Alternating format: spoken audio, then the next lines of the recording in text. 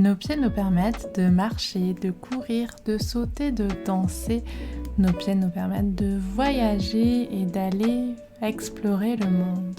Et pour autant, on ne prend pas toujours vraiment bien soin de nos pieds. Alors aujourd'hui, je suis ravie d'accueillir une invitée que vous avez déjà eu la chance d'écouter sur le podcast. Il s'agit de Clémence, prof de yoga et kinésithérapeute, qui va nous apporter toute son expertise et ses expériences concernant les pieds et les chaussures minimalistes. Nous allons commencer par essayer de comprendre pourquoi est-ce que prendre soin de nos pieds est si important. On va découvrir ce que sont les chaussures minimalistes, leurs intérêts mais aussi leurs limites. Et enfin, on va comprendre comment prendre soin de nos pieds. Parce que prendre soin d'eux est une prévention très efficace pour prévenir des problèmes dont on se passerait bien. Bienvenue dans Yogi's Alive Podcast, le podcast dans lequel on parle de yoga, de tout ce qui gravite autour du yoga et où on aborde la santé physique ou mentale de façon nuancée et holistique. Je suis Isa et je suis ravie de vous accueillir dans cet espace. Avant de continuer l'écoute, n'hésitez pas à vous abonner, à noter et à commenter cet épisode. Ces petits riens font beaucoup. Alors merci pour votre écoute et je vous laisse avec la passionnante Clémence. Alors, bonjour et bienvenue Clémence, je suis très heureuse de te retrouver aujourd'hui. Alors, pour celles et ceux qui n'ont pas encore la chance de te connaître, est-ce que tu pourrais très rapidement te présenter, s'il te plaît? Oui, déjà bonjour et merci de m'accueillir à nouveau sur ton podcast. Donc, je m'appelle Clémence Rebuzy, j'ai 32 ans et je suis professeure de yoga depuis 7 ans maintenant. Je suis kinésithérapeute depuis bientôt 3 ans et je suis aussi formatrice en anatomie pour le yoga. Mais au-delà de toutes ces professions, je suis une éternelle étudiante et surtout, je suis vraiment passionnée par le corps humain. Donc, je passe mon temps à en apprendre le plus possible au fur et à mesure. Et je vis à Toulouse. C'est vrai que Clémence, il faut savoir que c'est le genre de fille qui fait des formations pour le plaisir sur son temps libre. Non mais c'est un peu ça. Oui, mais totalement. Totalement. Voilà. Donc, tu es passionnée et passionnante et j'adore justement tes partages sur Instagram. Alors, si vous ne la suivez pas sur Instagram, suivez-la parce que justement, notamment dans tes stories, parfois, tu partages des petites pépites comme ça qui pourraient passer inaperçues pour un œil non averti. Mais en fait, à chaque fois qu'elle partage un truc, il faut se jeter dessus. Voilà, c'est un peu le principe avec le compte de Clémence. C'est gentil. Mais non, mais c'est vrai parce que finalement, l'origine de cette discussion, c'est une story que tu avais partagée où tu montrais tes petits petons fièrement en expliquant que tu avais acheté ta première paire de chaussures minimalistes. Alors, j'en avais déjà entendu. Je sais que Laura est adepte depuis très longtemps. Mais du coup, pourquoi est-ce que toi, tu as décidé de te lancer dans l'aventure des chaussures dites minimalistes? Alors, en préparant cet épisode, justement, je me suis replongée un peu dans le déroulé et je pense que c'est venu assez naturellement au cours de ma reconversion kiné, quand j'ai découvert ce qu'étaient les pieds. Et je me suis rendu compte que déjà, je connaissais pas les pieds, je connaissais pas ce bijou de technologie, finalement, avec lesquels on arrive sur Terre. Et je me suis rendu compte aussi que je n'aimais pas particulièrement mes pieds, mais sans doute par justement mes connaissances. Donc j'ai commencé à porter des chaussures minimalistes de manière très progressive, mais on en reparlera sans doute un peu plus loin. Du coup, il y a en 2021, quand j'ai commencé mon activité en cabinet, et, ouais, c'était plus pour justement respecter mes pieds. Alors pour la petite anecdote, du coup on va parler pieds, donc et je sais tout de suite que c'est une des parties du corps qui est les moins aimées. Ouais. Et peut-être que toi aussi tu vois ça dans ta pratique d'ergo. Donc bon, pour les phobiques des pieds, c'est pas l'épisode à écouter. Mais du coup, moi j'ai grandi avec une vision pas terrible de mes pieds. J'ai des grands pieds, chose du 40-41 en fonction des pointures. Et justement, en minimaliste, tu as tendance à augmenter de pointure. Donc, clairement, j'ai des grands pieds.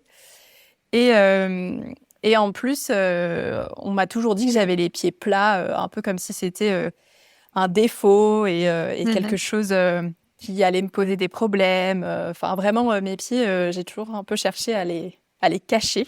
Donc, ça me fait Ouais. rire quand tu me parles de la story où je montrais fièrement mes pieds parce que c'est dire le chemin parcouru Bah ouais, mais c'est chouette. avec les années. Ouais. Et je trouve ça très chouette et c'est souvent le retour que j'ai des personnes qui sont passées à des chaussures minimalistes suite à mes cours, parce que j'en parle beaucoup justement en formation de yoga. C'est presque cette réappropriation de cette partie du corps. Mais c'est super important et c'est vrai que tu dis, je fais partie des personnes qui n'aiment pas les pieds. Enfin, moi, pareil, mais je suis pas sûre qu'il y ait beaucoup de personnes qui aiment leurs pieds. Tu vois ce que je veux dire? Oui, alors au début, je pense qu'en fait, personne de prime abord se dit ah ouais, j'adore les pieds. Et du coup, aujourd'hui, comme j'ai changé de camp et je trouve ça vraiment bah, une partie du corps passionnante et pour laquelle il faut s'intéresser parce que effectivement, c'est la fondation de notre corps, c'est Ouais. ce sur quoi le corps repose. Et quand tu y réfléchis, c'est une toute petite structure horizontale sur Mmh. laquelle notre verticalité prend place. Et c'est assez dingue en fait, c'est assez dingue. Mais oui, il y a peu de gens qui apprécient les pieds, en tout cas à leur juste valeur. Et puis je pense que, je sais pas, pour la plupart des gens, quand t'aimes bien les pieds, c'est forcément t'es un peu fétichiste des pieds. C'est un Tout côté à un peu fait. borderline, alors que non, pas du tout. Non, non, mais tu as tout à fait raison et moi, du coup, je fais rire, beaucoup de mes collègues parce que, fatalement, on se retrouve avec plein, comme toi, j'imagine, plein de patients qui ont des problèmes de pieds. Souvent, c'est dû, pas tout le jour, mais parfois à un chaussage type chaussures minimalistes ou en tout cas des chaussures plus larges, tout simplement, pourrait finalement améliorer et souvent, je suis là: «Ah mais attendez, je peux aller voir cette patiente? Je peux lui proposer quelque chose?» J'aime bien les pieds. Alors maintenant, je le dis en rigolant et donc tout le monde me dit: «Ah, tu aimes bien les pieds?» mais tu sais, en mode un petit peu tu sais, il y a ce côté un petit peu Un peu pervers et louche, tout. ouais. Ouais, maintenant j'assume. C'est bon.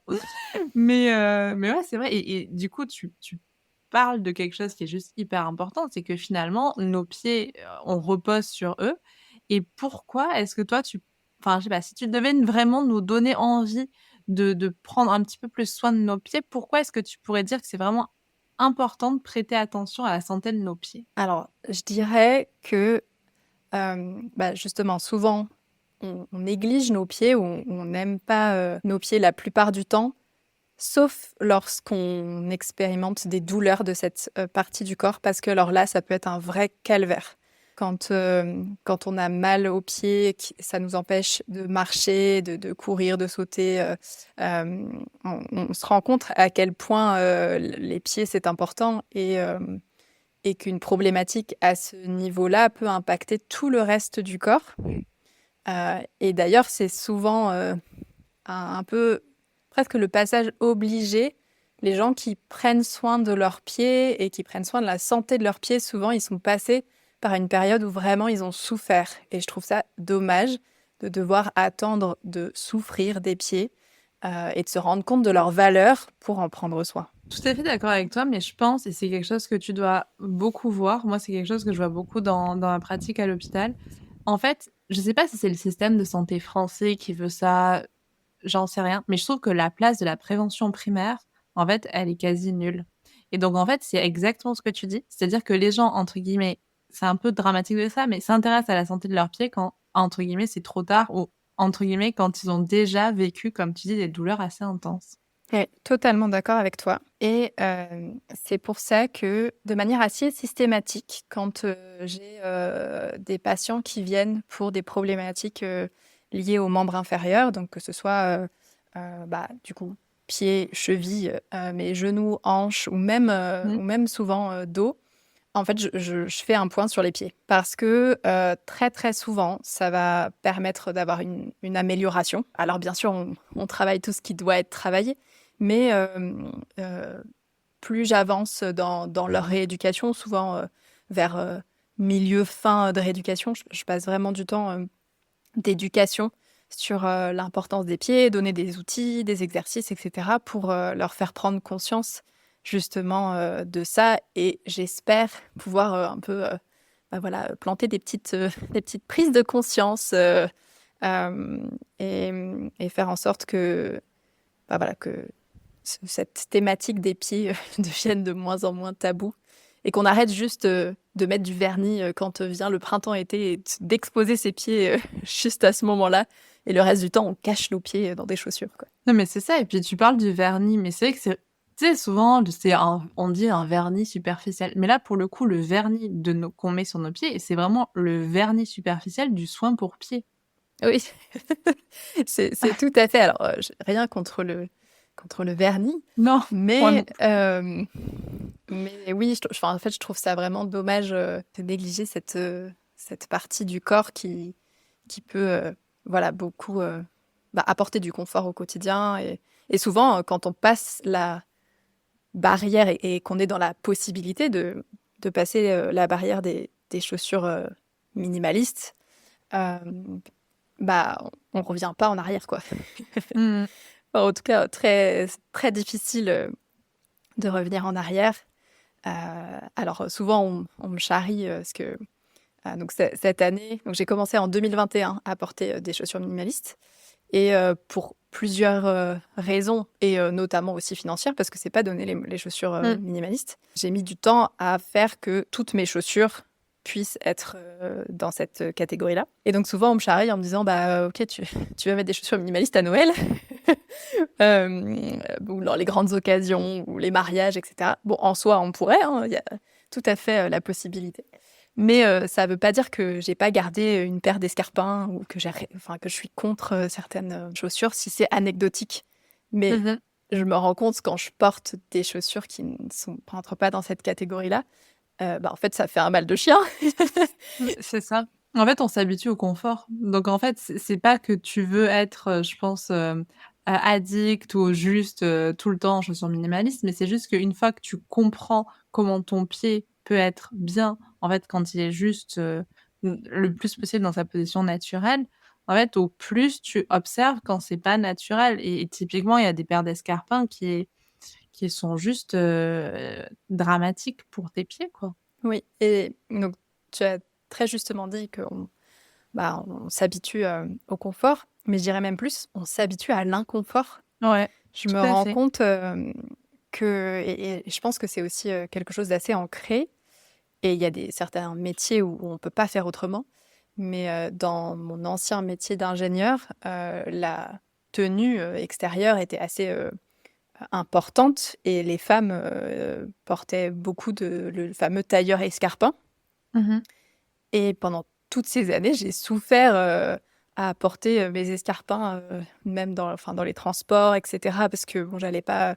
Il y en avait certaines hein, qui avaient des baskets dans leur sac et qui changeaient de chaussures en arrivant au Mmh. bureau. Mais bon, enfin, moi, j'ai souffert jusqu'au bout. Et, et donc, enfin, ça me posait pas de problème plus que ça de souffrir des pieds à l'époque.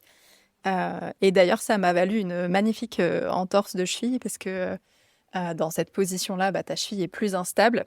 Mmh. Et en l'occurrence, en allant en réunion une fois, j'ai trébuché dans des escaliers et j'avais les mains prises, donc je n'ai pas pu me rattraper. Et du coup, je me suis fait une entorse grave de cheville parce que j'étais en escarpin, hein. Clairement, j'aurais porté d'autres chaussures, je pense que j'aurais pu me rattraper beaucoup plus facilement. C'est incroyable, hein.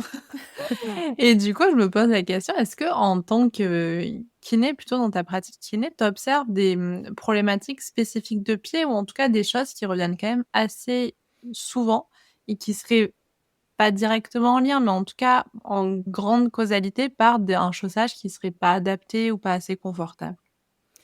Alors, je dirais qu'il y a plusieurs profils qui se dessinent.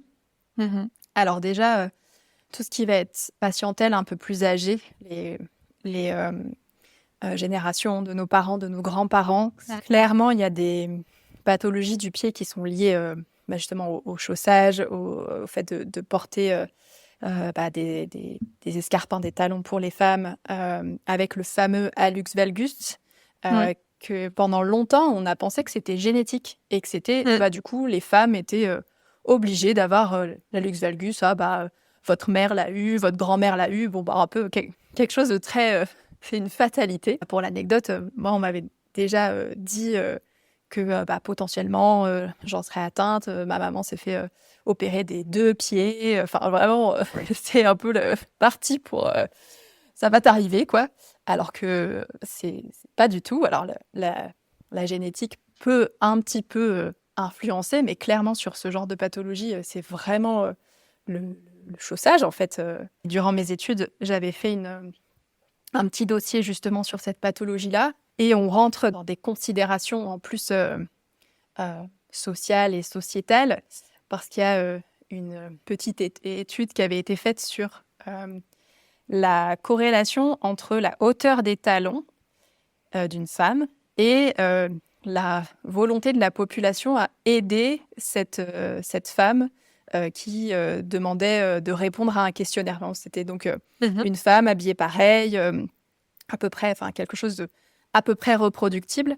Et en fait, soit elle portait des ballerines, soit un petit talon, etc. Et recommençait l'expérience avec une hauteur de talon de plus en plus grande. Et le taux de participation de la population à son questionnaire augmentait au fur et à mesure que la hauteur de ses talons augmentait. J'ai trouvé ça horrible comme conclusion, mais c'est vrai, en fait. On considère que C'est vrai. la femme est plus attirante si elle est en talons, quoi. Donc, chez les personnes plus âgées, beaucoup de déformations, beaucoup de douleurs liées à ça. Il y a toute la problématique des personnes qui sont obligées de porter un certain type de chaussures. Je vois beaucoup de gens qui ont des chaussures de sécurité, des chaussures qui sont très, très rigides, qui sont très lourdes et qui causent des grosses douleurs aux pieds. Je pense pareil aussi peut-être aux hôtesses de l'air, ou enfin voilà, c'est tous les métiers où tu es obligé d'avoir un type de chaussures, les militaires. Sinon, pour tout le reste, je dirais que le grand fléau, c'est que 95% de mes patients à peu près, je vois une forte déconnexion, voire une déconnexion totale entre le cerveau et les pieds. Le cerveau a totalement oublié qu'on avait des pieds, qu'on avait des orteils. On ne sait pas faire bouger nos orteils. Ouais, ça c'est vrai. Et c'est assez... Alors, ça fait rigoler sur le coup. Et il y a quelques mois, j'avais fait un petit challenge justement sur Insta pour pouvoir justement tester est-ce qu'on arrivait à faire bouger nos orteils. Et donc, on prend ça sur le ton de la rigolade, mais ça a une vraie incidence, en fait, de ne pas pouvoir contrôler ses pieds, de ne pas ressentir ce qui se passe. Et ça, c'est lié à nos chaussures, en fait, au fait qu'on est totalement isolé du sol, qu'on ne sent pas les irrégularités du sol, que du coup, notre pied, il peut pas s'adapter, les muscles ne travaillent pas comme ils sont censés travailler, etc. Et tu sais, la phrase qu'on dit souvent aux enfants, regarde où tu mets tes pieds. Oui. Moi, je trouve ça totalement incohérent de dire regarde où tu mets tes pieds. En fait, on n'a pas besoin, on n'aurait pas besoin de regarder où on met nos pieds si on était dans notre pleine capacité de ressentir le sol, parce qu'on est tout équipé. On a des fabuleux capteurs à l'intérieur de nos ligaments, de nos muscles, qui nous permettent normalement de savoir où on est dans l'espace, de s'adapter, etc. Et c'est le fait d'avoir des chaussures qui sont d'une part là pour protéger le pied. J'ai bien conscience que on aurait de la difficulté à marcher pieds nus sans protection, même si y a des populations dans le monde qui marchent pieds nus. Mais en tout cas, dans nos sociétés actuelles, on aurait du mal à marcher sans chaussures. Et quand tu parles de chaussures, en fait, tu parles de mode. Tu parles d'une visée esthétique. Exactement. C'est un accessoire, la chaussure, qui ne répond pas aux critères physiologique. Et d'ailleurs, on parle de chaussures minimalistes depuis tout à l'heure, mais peut-être qu'il y a des gens qui savent pas ce que c'est une chaussure minimaliste.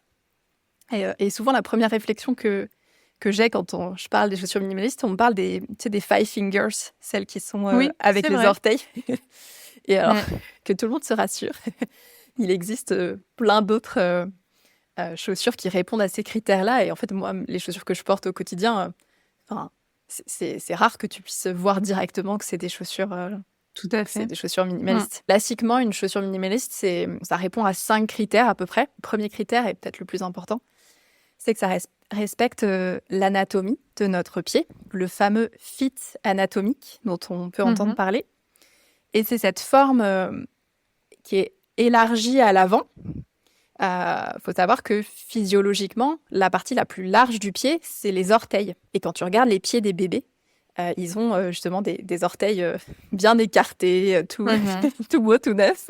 Le fit anatomique, ça permet de respecter cette largeur des orteils et de faire en sorte qu'ils puissent bouger sans problème. Et dans les chaussures classiques, la partie la plus large, souvent, c'est justement juste avant les phalanges des orteils. Ouais. C'est à la fin des métatarses. Et on a le bout qui est resserré. Typiquement, je pense que la chaussure que moi j'ai possédée, la plus inconfortable et qui n'est pas un escarpin, c'est les Converse. Les Converse, c'est hyper resserré au bout. Tout à fait. Les Vans aussi. Ouais, tout à fait. Et donc une chaussure minimaliste, elle est un peu plus large. Donc des fois, ça fait un peu... on peut se dire, ça fait un peu chaussure de clown, mais en fait, non, c'est juste que c'est un peu plus large et que l'œil, il est pas habitué au début à voir ça, quoi. Oui, c'est ça. Ça fait un peu penser... Moi, j'ai toujours des petits pieds palmés. Je trouve ça ouais, c'est ça. Des petits pieds palmés. Des petites palmes. Ensuite, le deuxième critère, c'est d'avoir une semelle qui est très fine et qui est très flexible. Donc, quand tu prends ta chaussure, il faut que tu puisses la tordre dans absolument tous les sens, que ce soit les orteils vers le talon ou dans le sens transversal. Et ça permet de justement ressentir le sol, ressentir les irrégularités du sol et aussi de pouvoir avoir un bon déroulé du pas. On a plein d'articulations dans le pied et il faut que le pied puisse bien...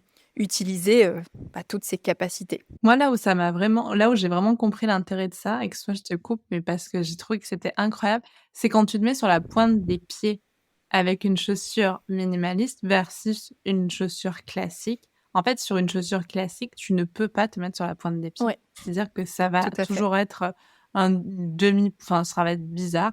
Là, la première fois, je me souviens, j'étais dans l'avion et je me suis sur la pointe des pieds pour monter, et j'étais mais je peux faire ça.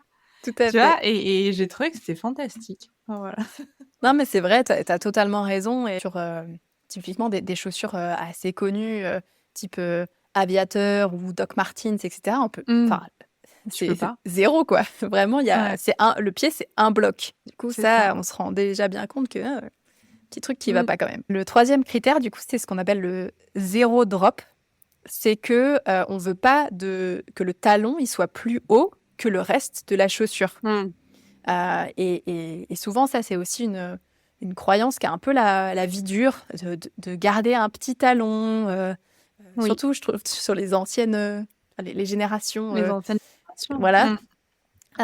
Avoir un petit talon, c'est souvent quelque chose sur laquelle on doit batailler. Et pourtant, ça a justement des modifications sur le long terme, évidemment. Par exemple, d'extensibilité du tendon d'Achille. Des femmes qui ont porté beaucoup de talons, souvent, en fait, elles ont du mal à être longtemps pieds nus parce qu'en fait, elles ont les mollets qu'on raccourcit, en fait, tout simplement. Et le fait d'être sur des talons, ça modifie aussi ton centre de gravité, ça modifie ta posture, ça accentue la lordose lombaire, ça modifie un peu tout, quoi. Donc, on cherche à avoir vraiment une semelle bien plate. Donc, c'est valable pour le talon. Et un autre critère, c'est valable aussi pour les orteils. Si tu regardes une basket, très souvent, le niveau des orteils est un petit peu surélevé. C'est comme si on te facilitait la tâche de dérouler le pas, quoi. Et ça, on veut pas non plus. On veut avoir les orteils ancrés dans le sol parce que ça permet d'avoir un bon appui. On parle souvent des 3 points d'appui du pied dans le sol. Gros orteil, petit orteil, centre du talon. Et si t'as pas tes orteils dans le sol, du coup, t'es moins bien ancré dans le sol, quoi.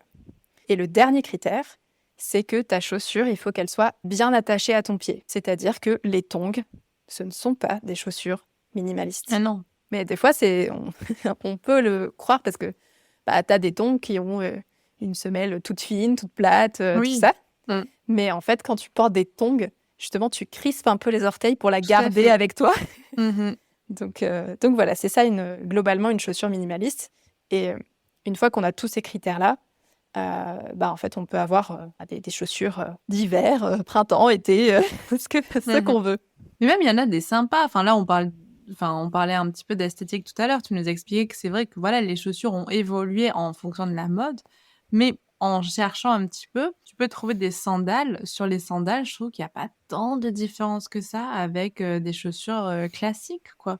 Mm. Sauf que ton pied est plus à l'aise et que tu sens mieux le sol et que tu peux te mettre sur la pointe des pieds, ce qui quand même peut être utile.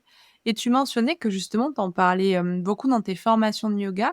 Et moi, c'est quelque chose qui m'intéresse. Là, tu nous as parlé de ce que tu voyais au niveau des pieds, des problématiques de pieds, on va dire, en tant que kiné, en tant que prof de yoga, que ce soit dans tes formations ou dans tes cours.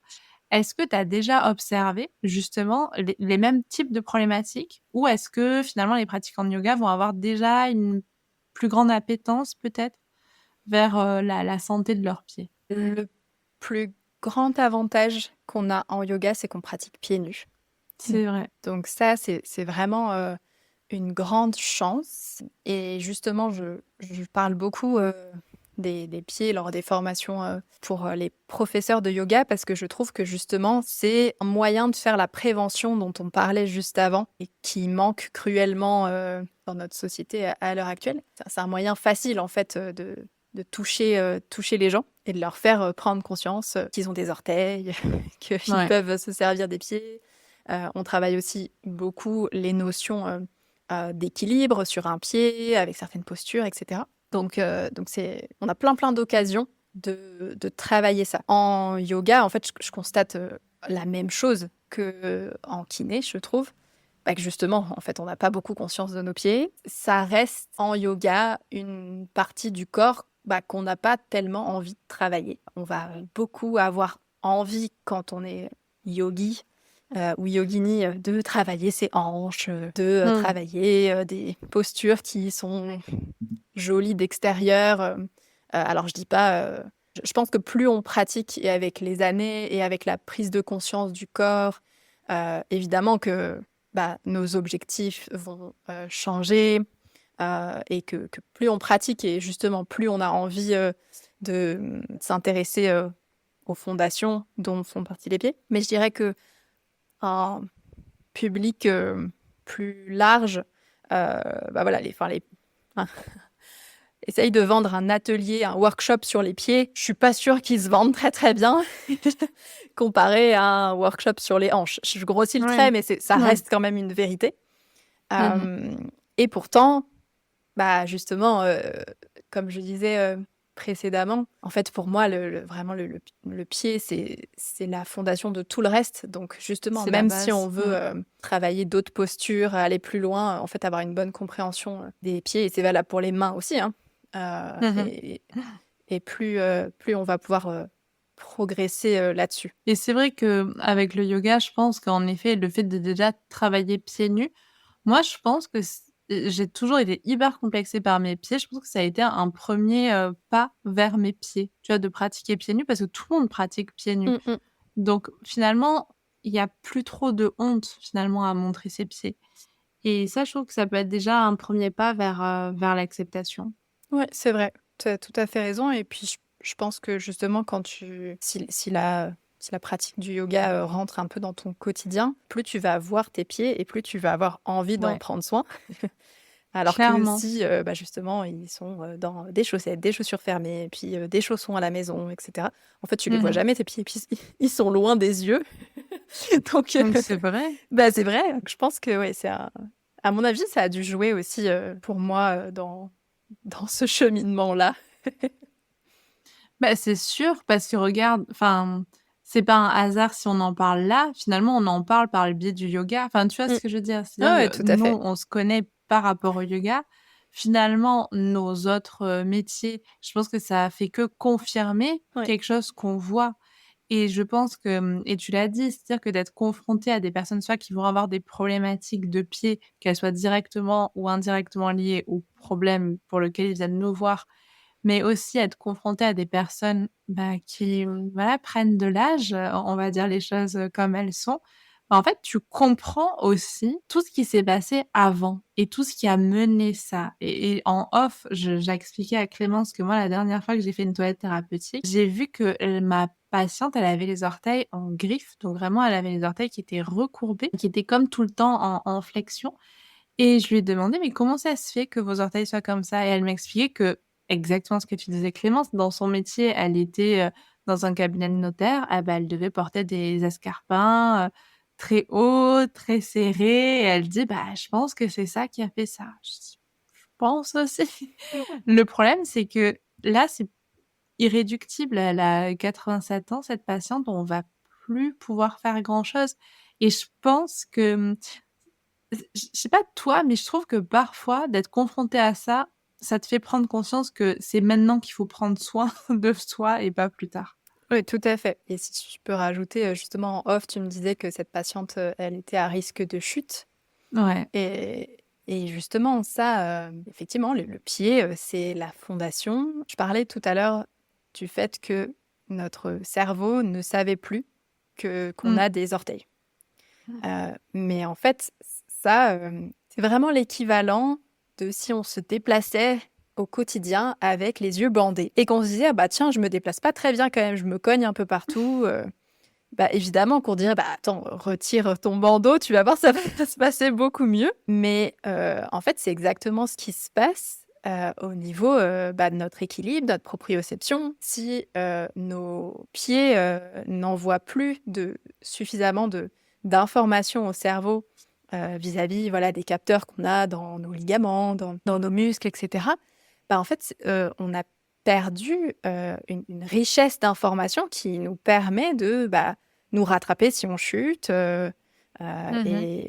et oui, je suis d'accord avec toi. C'est vrai que le fait d'être confronté au quotidien, à ce qui peut aussi, aller mal, Mmh. bah, ça donne de la motivation pour, bah, pour prendre soin, de notre corps, au quotidien, ce qui est pas facile parce que vraiment la société dans laquelle on vit aujourd'hui nous met quand même beaucoup de bâtons dans les roues. Ouais. Quand on est très sédentaire. Alors nous, on a des métiers où sans doute on bouge un petit peu plus, mais dans des entreprises ou autres, bah, il faut que tu restes bien assis, sur ta chaise, tu vas pas pouvoir t'asseoir en tailleur, tu peux pas t'asseoir par terre, Mmh. tu peux pas Bah, non. bouger, tu peux pas faire une petite pause mobilité, par contre tu peux faire une pause, café clope, ça, il y a pas de problème. Ouais. C'est assez dramatique en fait, quand on regarde d'un point de vue corporel, d'un point de vue, santé, vraiment c'est difficile. Non, non, mais c'est clair et du coup, on parlait des chaussures minimalistes. Les chaussures minimalistes peuvent quand même commencer à nous amener finalement plus de bienfaits pour nos pieds.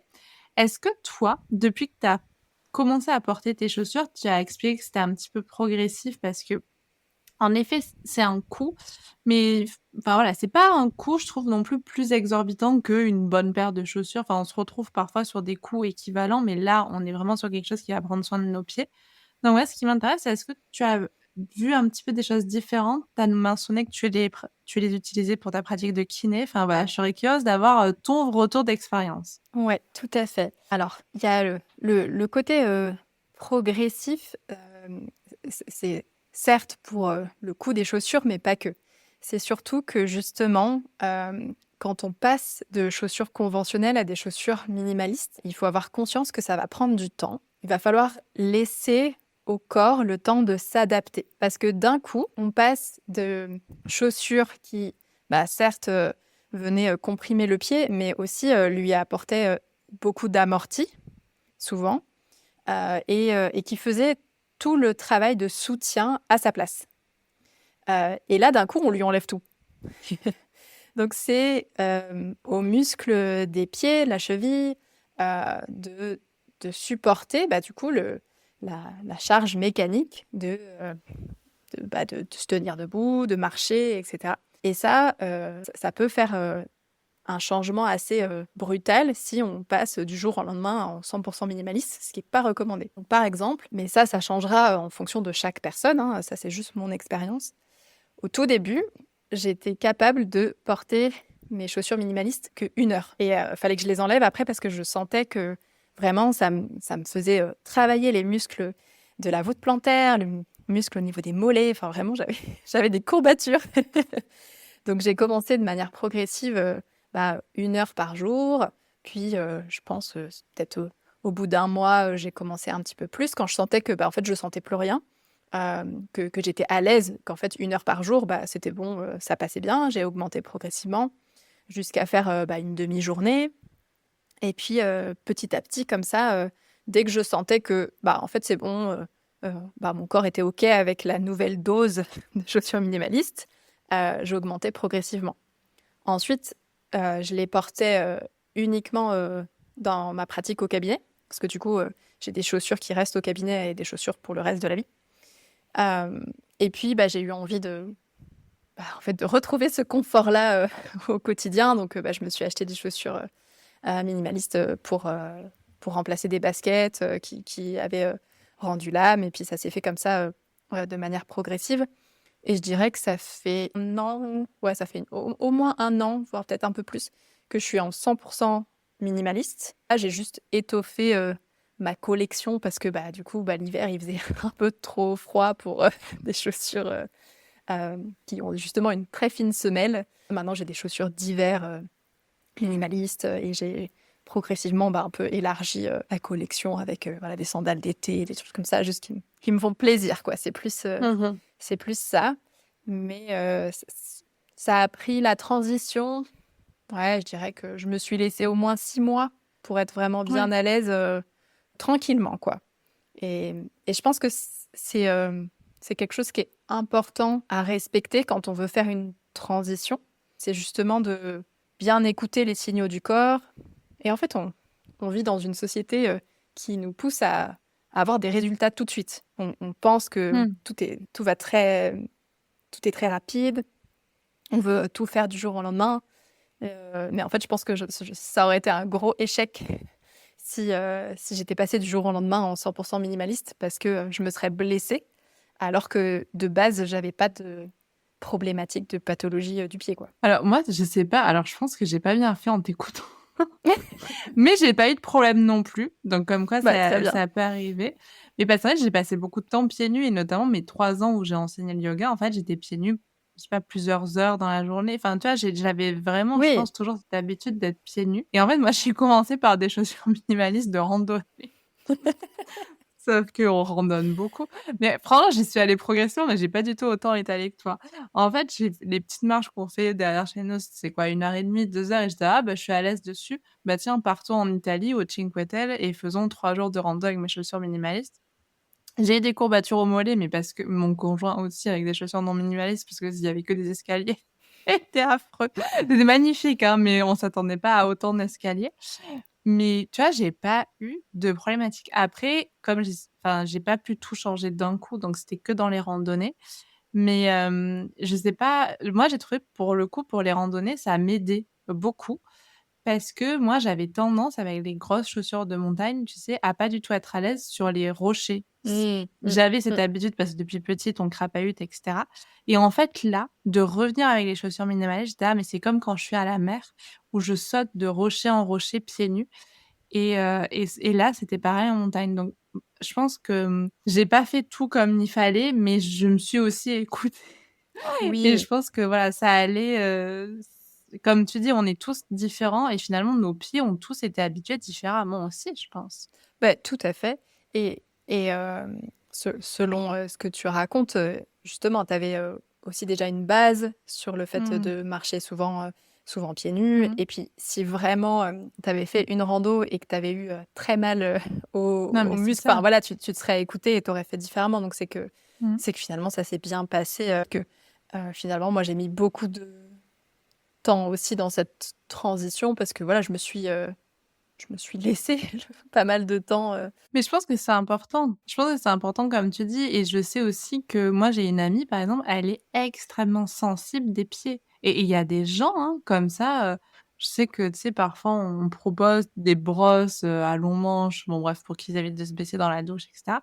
Mais il y a des patients qui me disent: «Ah non, mais moi, si je mets ça sur mes pieds, heu, j'y arrive pas». Donc tu vois, il y a une sensibilité aussi différente et peut-être que pour certaines personnes, bah, il faut du temps pour s'habituer, pas se désensibiliser, mais s'habituer, Mmh. exactement comme tu l'as dit et je trouve que c'est un message important. Je pense aussi que, quand on parle du corps humain de manière générale, que ce soit pied ou autre partie du corps, il y a jamais une réponse unique et c'est ça qui rend, la vulgarisation, qu'on essaye de faire si complexe.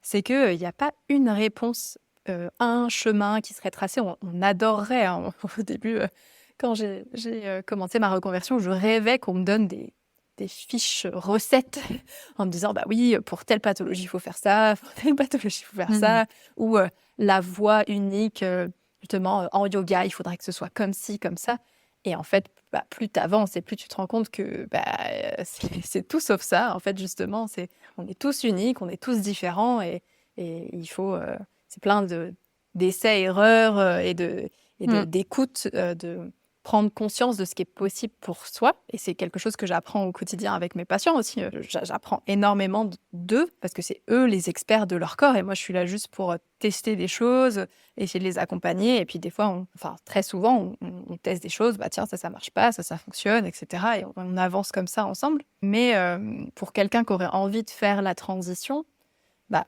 si cette personne n'a pas de pathologie particulière, Mmh. bah, je pense qu'on est tout à fait capable de faire la transition en autonomie, comme je l'ai fait, comme tu l'as fait, en écoutant les signaux du Mmh. corps. OK, ça passe, ça passe pas, on devient son propre scientifique, son propre, chercheur, C'est ça. chercheuse, OK, bah, je teste ça, est-ce que ça me convient? Est-ce que ça me convient pas? Et par contre, dès qu'on a des douleurs, des doutes, une pathologie particulière, bah, on a de la chance d'avoir, plein de thérapeutes qui peuvent nous accompagner et je pense que l'erreur qu'on fait souvent, c'est d'attendre de s'être blessé pour aller chercher de l'aide auprès de gens Mmh. qui sont compétents et que ce soit en médical ou pas, hein. Moi, j'ai plein de personnes qui commencent, à aller en salle de sport, par exemple, sans faire appel à un coach. Puis après, ils se blessent et puis là, du coup, ils passent en rééducation, puis après, ils font appel à un coach. Alors que Mmh. si on faisait appel dès le début à un professionnel juste pour peut-être poser ses questions, être sûr d'être lancé sur les bons rails, bah, en fait, on irait plus vite. Donc au moindre doute, il faut se faire accompagner. Heu, bah, du coup, tout le monde peut trouver chaussure à son pied. Waouh! Je me suis demandé si j'allais oser, je me suis dit: «Allez, c'est bon». Non, mais si, il faut. Non, mais attends, c'est trop important. Et du coup, est-ce que maintenant tu pourrais dire, enfin, tu nous as un petit peu dit la dernière fois que quand tu mettais des chaussures plus conventionnelles, tu étais vraiment dans un mood, horrible parce que tu te rendais compte que c'était plus du tout confortable. Est-ce que moi j'ai une question sur celles d'hiver justement, est-ce que du coup tu trouves qu'elles font bien le job pour l'hiver? Est-ce que tu en es contente? Ah, moi j'adore mes chaussures. Vraiment, on parlait de mode, tout à l'heure, aujourd'hui et particulièrement là, ces dernières années, il y a beaucoup de marques qui s'y sont mises. Il y a un Mmh, panel, vraiment, assez c'est vrai. incroyable. Alors en France, il y a quasiment pas de boutique Mmh, physique et c'est peut-être ça un peu c'est le vrai. problème. Quand on veut se lancer, on est un peu obligé de se dire: «Bon OK, je commande, je vais recevoir et puis peut-être, il va falloir, renvoyer. Enfin, c'est pas évident, je comprends, sur ça. Mais en tout cas, en termes de design, maintenant, on a vraiment beaucoup, beaucoup de marques Mmh, qui proposent des choses, qui sont jolies selon, faut juste s'habituer au côté un petit peu plus large, je pense, mmh. Maintenant, moi, ça me choque plus du tout, mais c'est vrai qu'au début, tu te dis: «Waouh, c'est quand même un peu différent des chaussures, classiques». Et celles d'hiver, moi, que j'ai choisies, elles sont de la marque, Belanca, qui est Mmh. une des marques enfin, que moi je préfère, mais parce qu'elle correspond à mes pieds et à, mon anatomie des pieds et comme toute partie, du corps humain, on a des variations anatomiques. Il y a Mmh. des gens qui ont le pied, un peu plus fin, un peu plus fort, on a, bah, peut-être, un pied plat, un pied creux et aujourd'hui, on sait qu'il faut arrêter de considérer les pieds plats, les pieds creux comme des pieds, pathologiques. C'est juste des variations anatomiques et ça, je trouve ça très important. Quelqu'un qui a été traumatisé, on m'a dit que j'avais des pieds plats et que ça allait être, terrible. En fait, pas du tout. Aujourd'hui, on sait que Que c'est simplement, pour moi, c'est pareil que d'avoir les yeux bleus, les yeux verts, les yeux marrons. C'est juste, ok, bah, t'as les pieds plats, t'as les pieds creux. Est-ce que t'as des douleurs? Non. Bon, ok. Et donc, bref, tout ça pour dire que certaines marques vont être plus adaptées à certains types de pieds. Même chose pour tu sais, les designs d'orteils. On parle, je Oui, sais plus, bah ouais, pied clairement. grec, pied égyptien, je Oui, les connais pas très ouais. bien tous. Mais c'est juste qu'effectivement, il y a des gens qui ont le deuxième orteil qui est un peu plus grand que le premier, d'autres, tout ça. Ouais, c'est ça. Et bah du coup, peut-être que les chaussures qui me conviennent ne sont peut-être pas les chaussures qui, toi, te conviendront, etc.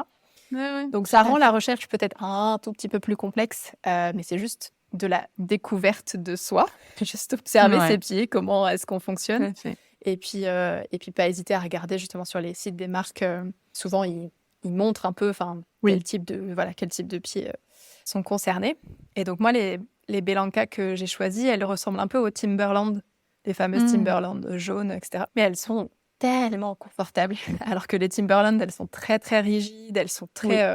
elles sont lourdes, elles sont vraiment... Donc elles ressemblent à ça et je trouve qu'elles protègent bien du froid. Alors, on n'a pas eu de neige cette année à Toulouse, donc je peux pas dire sur la neige ce que ça donne, mais en tout cas, j'ai jamais glissé. Je les ai portées là tout automne, hiver, et c'est des vrais chaussons. Et j'ai tendance à penser que sur mes autres chaussures minimalistes que j'ai depuis longtemps, j'ai l'impression que la semelle s'use moins aussi. Je sais pas si toi, Ok. c'est le retour un peu que tu as, mais je sais que mon chéri aussi, il est 100% minimaliste. Et sur nos Vivo Barefoot, qui est une autre marque assez connue de chaussures minimalistes, qui ont été les premières qu'on a achetées, en fait, elles sont quasiment pas usées, quoi. Donc ça aussi, c'est chouette à noter vis-à-vis du ratio prix-durabilité. Mm.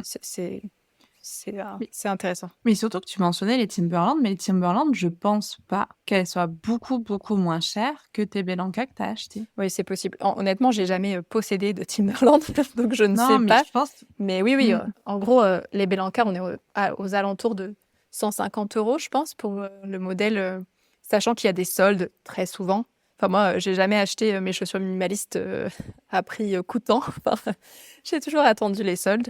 Oui, c'est vrai, je pense que les chaussures de marque, à mon avis, tu peux rapidement être dans ces prix-là. Je pense que les Vivo sont plus chers.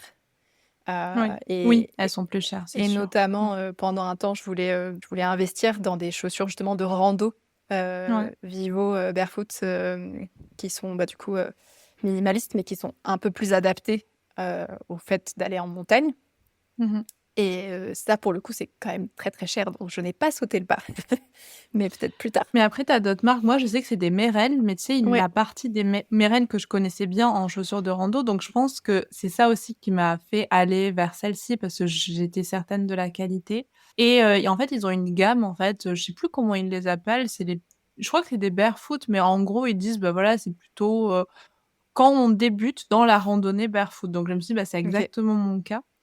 Et donc là, pour les avoir testés, du coup, ici dans le Var, où on est quand même sur un sol qui écaille beaucoup, qui écorche beaucoup les semelles. Pour l'instant, elles sont pas abîmées là-dessus. En Italie, on a beaucoup marché, ça a pas été abîmé. Et là, elles ont vécu l'épreuve du feu en allant à La Réunion pendant 2 semaines dans de la boue, de la boue, de la boue, sur des scories de volcans et même sur de la lave. Enfin voilà, sur de la lave. Pas brûlante, ne vous inquiétez pas. Je précise.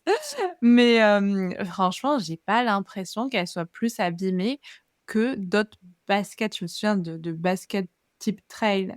J'étais allée à La Réunion avec, il y a quelques années quand on y était allés pour faire beaucoup, beaucoup de rando. Franchement, mes chaussures étaient quasi neuves. En 1 mois de randonnée, elles étaient mortes. Mais déjà, au bout de 2 semaines, il fallait limite les jeter. Je les ai jetées, j'ai pas pu revenir avec. Donc, je sais pas si c'est beaucoup, beaucoup plus résistant, mais en tout cas, c'est pas moins résistant. Et je trouve que c'est hyper important de le préciser parce qu'on peut être surpris. Moi, ça a été une de mes questions, tu vois? Quand j'ai reçu mes premières minimalistes, je me suis dit: «J'ai peur pour la semelle». Tu vois? Parce que tu as cette idée reçue, hein, que quelque chose de fin va pas forcément être plus résistant, mais je pense que comme ton appui est pas pareil, tu vas pas forcément marcher pareil. Moi, je sais qu'en rando, c'est pas que mon pas n'est pas pareil. Oui, tout à fait. Et tu vois, c'est intéressant ce que tu racontes parce que mes toutes premières chaussures minimalistes que j'ai achetées, c'était des Merrell. J'avais opté pour le modèle qui s'appelle Vapor Glove. Et en fait, aujourd'hui, c'est des chaussures que j'ai pas du tout adoptées. Je les mets jamais parce que pour mon pied à moi, justement, je les trouvais pas assez larges au niveau Voilà. de l'avant-pied.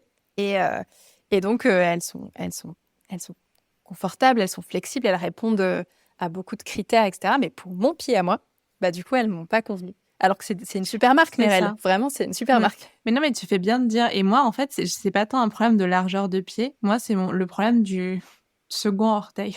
Ah, bah oui, ouais. Et en fait, là, pour le coup, c'est mes premières chaussures de rando. En fait, moi, mon énorme problème en rando, c'était pas tant la largeur, c'était vraiment le fait d'avoir le seul orteil qui était plus grand que les autres, le pauvre, qui tapait systématiquement, peu importe la chaussure que je prenais. Et si je prenais trop grand, bah, j'avais d'autres problèmes. Donc, c'est hyper intéressant et c'est hyper important, voilà, de bien observer, comme tu disais, le pied, en fait, qu'on a et d'agir en fonction. Il y a un truc que je devais te poser comme question, parce que en faisant un petit peu mes recherches, etc., j'étais tombée sur pas des articles, mais tu vois, en mode que ça pouvait ne pas convenir à tout le monde, les chaussures minimalistes, etc. Mais au final, en fait, au plus j'y réfléchis, je me dis, mais ça veut dire que ces gens-là, ils peuvent même pas marcher pieds nus. Enfin, tu vois, du coup, j'aimerais bien avoir ton retour là-dessus, parce que finalement, je me dis, bah, elles ont rien de mauvais finalement, ces chaussures aussi. Alors, je suis d'accord avec toi. Je pense que tout est une question de transition et de potentielle pathologie. C'est ça. S'il y a justement des pathologies particulières du pied, il y a des personnes qui auront besoin en fait d'un amorti, le temps de travailler sur leur pied si c'est une volonté. C'est Parce ça. qu'il faut aussi rappeler, et je pense que tu peux être confronté à des patients qui sont pareils dans ton quotidien de thérapeute. Tu as des patients qui n'ont pas envie en fait de s'occuper de Ah, leur mais corps. clairement, Mais pas du mais tout. Donc à là, 100%. c'est sûr qu'on va pas les mettre en minimaliste. Ça va pas du tout marcher. Il peut y avoir aussi des problématiques de problématiques de poids. Si justement quelqu'un qui va être en accompagnement, en diététique pour faire une diminution de son poids, par exemple, très souvent, dans le cas de régime, tu vas perdre notamment de la masse musculaire. Et donc, là, ce serait une très mauvaise idée aussi de passer sur des chaussures minimalistes parce qu'en fait, il faut d'abord s'occuper du reste et reconstruire une force musculaire, Bah, c'est ça. accompagner ce projet du patient, si c'est un projet de sa part. Et ensuite, dans un deuxième temps, en fait, on voit si c'est un projet aussi de passer en minimalisme, mais il faut que ce soit une volonté, en fait, de base, tout court, je pense déjà. Oui. Je pense qu'on peut parler de faire des prises de conscience tout à l'heure. C'est un peu ça. On propose des choses et après, c'est toujours le patient, la personne, en fait, l'être humain qui choisit ce qu'il veut ou ce qu'elle veut pour lui ou elle. Et je dirais qu'il y a aussi des stades un peu de vie qui sont à prendre en compte. Notamment quand j'avais annoncé sur Instagram qu'on allait faire cet épisode toutes les deux. J'ai une de mes abonnées qui m'a posé la question de passer en minimaliste juste après une grossesse. Et je trouvais que c'était une question très intéressante.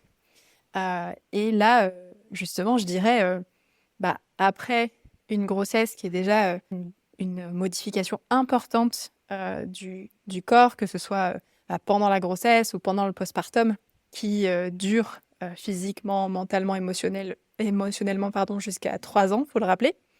Et changer directement la fondation du pied en passant sur des minimalistes, faut déjà vérifier que tout le reste, tout le corps a repris ses marques dans ce corps qui a été transformé. Et donc, voilà, être sûr que tout le reste va bien et y aller progressivement à l'écoute de son corps.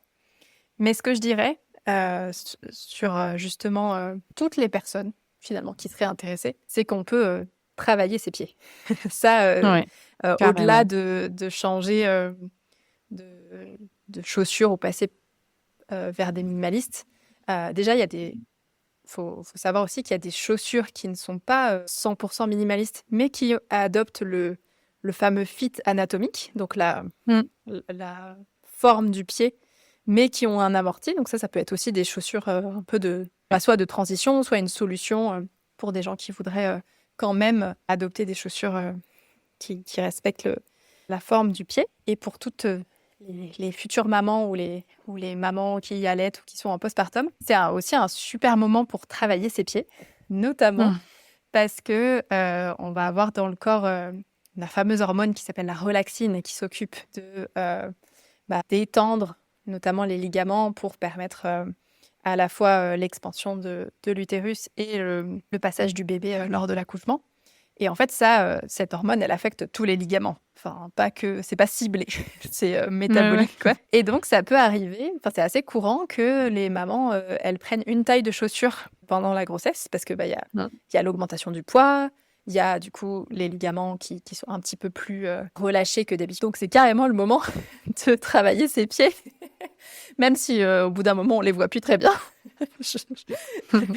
Mais voilà, donc ça peut être, même si on fait pas tout et on passe pas directement en minimaliste pour X ou X raisons, en fait, on peut toujours améliorer la santé de nos pieds. Non, mais c'est super important et je trouve que c'est de bons conseils. Est-ce que tu aurais une routine à nous proposer? Là, on arrive à la fin, de cet épisode tranquillement. Des recommandations, je sais pas, pour une hygiène des pieds, ce que ce soit en habitude de vie ou chaussage, on en a bien parlé. Quelque chose voilà, quelques petites recommandations de Clémence.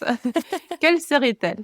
Alors, je dirais d'être pieds nus le plus possible chez soi. Déjà, Mmh. c'est une première étape qui peut être assez facile à mettre en place.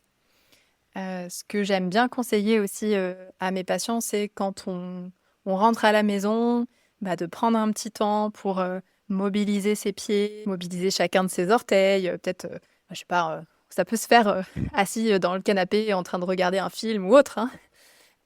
Et puis peut-être, pourquoi pas en profiter pour s'offrir un massage du pied, massage de la Mmh. voûte plantaire. Ouais. Et ça peut être déjà un premier pas pour prendre soin. Si on utilise, voilà, je sais pas, une crème qui sent bon, ça va nourrir la peau, ça va donner envie en fait de s'occuper un peu plus de ses pieds. Et bien sûr, s'exercer à bouger ses orteils, Ouais. notamment dissocier tout ce qui va être gros orteils des petits, inversement. Et ça peut être...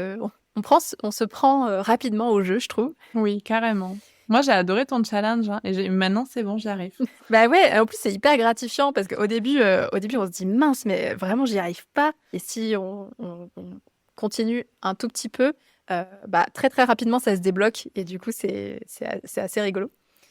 Et enfin pour ceux qui ont vraiment les orteils qui ont tendance à rester très collés les uns aux autres, peut-être qu'on a justement qui sont entre guillemets en menace d'hallux valgus ou ce genre de choses.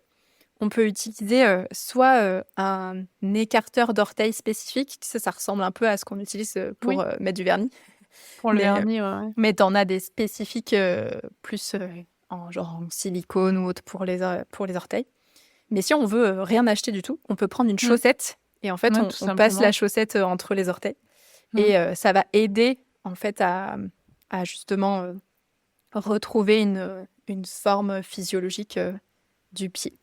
Et simplement, peut-être aussi prendre le temps de se rappeler que c'est important d'apprivoiser et de prendre le temps d'aimer ses pieds parce que c'est ça qui nous permet de marcher, courir, sauter et vivre notre vie. Danser. Danser, exactement, Mmh. randonner, aller voir Ouais. tous les endroits qu'on a envie de voir. Mais c'est eux qui nous mènent loin, en fait, hein. Tout Enfin, à c'est fait. vrai. C'est grâce à eux qu'on voyage, et je pense que ça, c'est quelque chose qu'on a tendance à oublier malheureusement. Alors là, si suite à cet épisode, vous n'êtes pas toutes et tous fétichistes des pieds, c'est qu'on a loupé notre pari. En tout cas, merci beaucoup, beaucoup Clémence. Est-ce que tu avais envie de rajouter quelque chose ou tu penses qu'on a fait le tour? Écoute, je pense que je vois que ça fait déjà 1 heure qu'on parle de pieds. Ouais, c'est vrai. Je me disais: «Bon, ça va être rapide». Non, non, 1 heure sur les pieds et à part ça, elles sont pas du tout, Fétichiste. Mais non, mais du coup, maintenant, les gens ont peut-être une meilleure compréhension de pourquoi est-ce qu'on aime autant les pieds. Bah, je pense qu'on vous a donné envie d'aimer vos pieds. En tout cas, vous nous direz en commentaire si cet épisode vous a, dégoûté ou au contraire donné envie de vous acheter des chaussures ou tout simplement de recommencer à marcher pieds nus. Je pense que c'était super important. Je pense que ce qu'on pourra faire aussi, on pourra faire une petite liste de toutes, les marques de chaussures qu'on a peut-être déjà testées. Moi, j'ai les, Feels Ground, je Mmh. crois, Mmh. en chaussures classiques, sneakers classiques qui sont trop, trop bien et comme disait Clémence, il y a souvent des promos et moi, j'ai acheté toutes mes chaussures à moins de 100 €, hein. Enfin les Ouais. 2 paires que j'ai, moins de 100 €.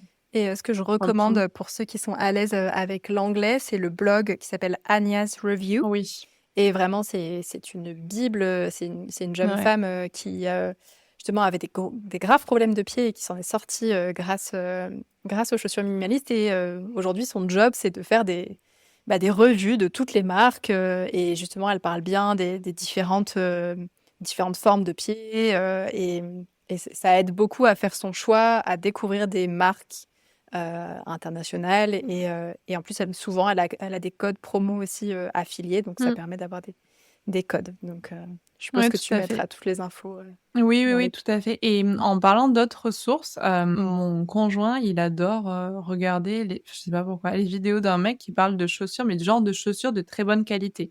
C'est, faites à la main, en cuir, enfin vraiment presque de l'artisanat, si tu veux et donc il fait des reviews de chaussures comme ça, mais des chaussures classiques et il avait fait, plusieurs vidéos sur des chaussures minimalistes où là, il les analysait aussi sous l'angle durabilité, type de matériaux utilisés et cetera et je trouve que pour les personnes qui ne veulent pas non plus rogner sur, cette, durabilité en termes de mmh. matériaux, cette presque artisanat, parce qu'il y a aussi ça parfois hein, dans les belles chaussures.